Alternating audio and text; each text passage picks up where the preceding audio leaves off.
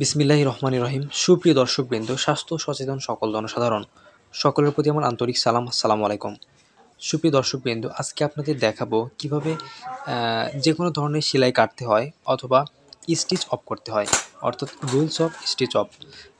আপনারা যে দেখতে পাচ্ছেন এখানে মাথায় কেটে গেছে, আর stitch of rules of stitch of এর রুলস অনুযায়ী আপনার সাধারণত 5 থেকে 7 দিনের মধ্যে সেলাইটা কাটা হয়।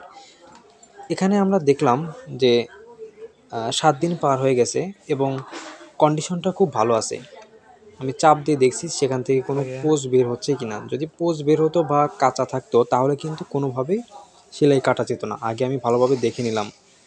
তবে রুলস অফ স্টিচ অফ এটার নিয়ম অনুযায়ী অবশ্যই ফলো করতে হবে 5 থেকে 7 দিন, এবং যে সকল ডায়াবেটিস রোগী রয়েছে তাদের ক্ষেত্রে কিন্তু আরও দেরিতে কাটা হয়। সাধারণত অনেক সময় ঘাড় শুকাতে চায় না, সেজন্য।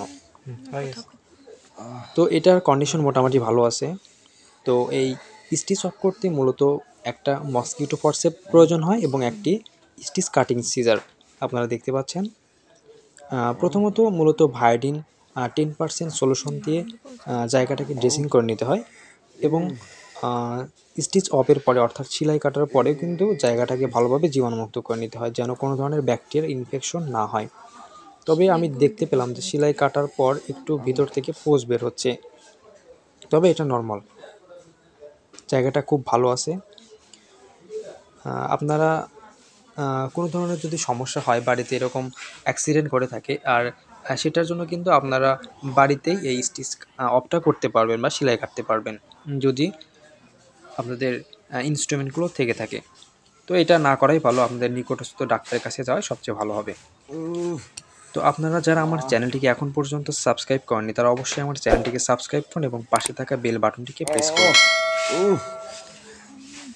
সুপ্রিয় দর্শকবৃন্দ, আপনারা দেখতে পাচ্ছেন পেশেন্টটা সাধারণত ফিজিক্যাল অ্যাসাল্ট অর্থাৎ মারামারি করে সাধারণত মাথা ফেটেছে।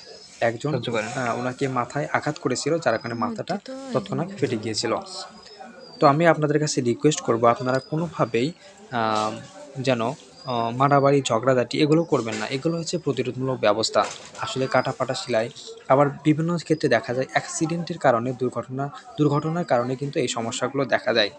তো আপনারা যে কোনো ধরনের যানবাহন চালান বা ওঠেন না কেন, অবশ্যই সেটার সতর্কতা অবলম্বন করবেন, এবং বিশেষ করে মোটরসাইকেল অ্যাক্সিডেন্ট কিন্তু বেশি দেখা যায়।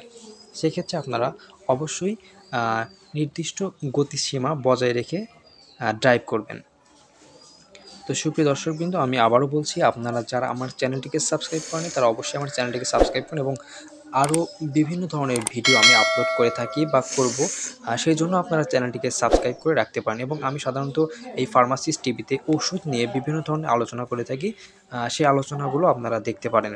এবং এই চ্যানেলটি সাবস্ক্রাইব করার মাধ্যমে আপনাদের বিভিন্ন ধরনের ট্রিটমেন্ট বা চিকিৎসা সংক্রান্ত যে বিষয়গুলো আছে সেগুলো সম্পর্কে জানতে পারবেন।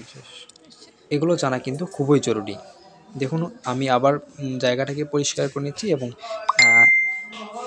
এবং সেই সাথে অ্যাপ্লাই করছি ভায়োডিন 10% সলিউশন। ভালো থাকবেন, সুস্থ থাকবেন, ধন্যবাদ।